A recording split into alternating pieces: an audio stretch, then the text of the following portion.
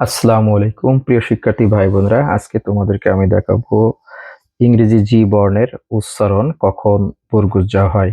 তো dear learners, তোমরা দেখতে পারছো যে আমি লিখেছি জি এর পরে যদি ই আই ওয়াই থাকে তাহলে জি এর উচ্চারণ বর্গুজ্জা হয়। এখানে আর একটু ফরম্যাট করে দিয়েছি, জি ই আই ওয়াই থাকলে জি হলো বর্গুজ্জা উচ্চারণ হবে। যেমন আমাদের জির পরে I, ginger, ginger, GINGER, ginger. Ginger মানে কিন্তু আমরা জানি হলো আদা। তারপরে রিজিয়ন, রিজিয়ন REGI, দেখো জির পরে আই আছে তাই এটা রিজন বানান, রিজন মানে হলো অঞ্চল। ম্যাজিক, দেখো জির পরে আই আছে তাই এখানে কিন্তু জি বর্গুজা উচ্চারণ হচ্ছে।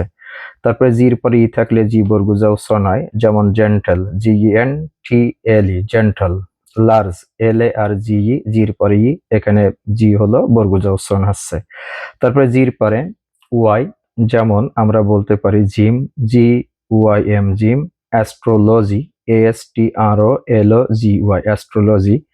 এজিপ্ট, EGYPT, এজিপ্ট। জির পরে ওয়াই থাকলে হলো আমাদের জি বর্গুজা উচ্চারণ হবে। তবে ব্যতিক্রম হলো, দেখতে পারছো, ব্যতিক্রম হলো গার্ড, গেট, গিভ, গিডি, এগুলো হলো ব্যতিক্রম। এগুলো ব্যতিক্রম কিভাবে? ইংরেজি জি এর উচ্চারণ যখন গ উচ্চারণ হয় সেগুলো হলো মূলত জার্মানি ভাষা থেকে এসেছে, অর্থাৎ জার্মানি ভাষা থেকে যেগুলো এসেছে সেইগুলো জি এর উচ্চারণ গ হয়। সেক্ষেত্রে একটু এটা হলো ব্যতিক্রম। আশা করি তোমরা ভিডিওটি বুঝতে পারছো। ধন্যবাদ সবাইকে।